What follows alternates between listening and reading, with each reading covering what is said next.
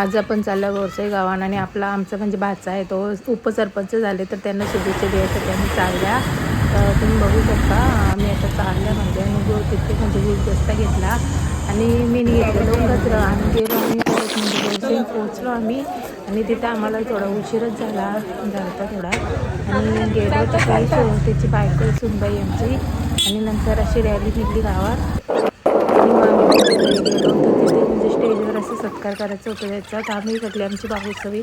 म्हणजे करदा बिरदा भरपूर होती तिथं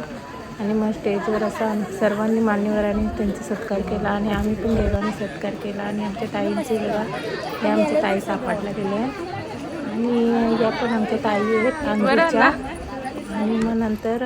घरी आलो जेवण वगैरे करून आणि मग तिथे जांभला खाल्ले आणि घरी आलो. कामवाडी नदीवरून म्हणजे तिथनं मस्त नजारा होता आणि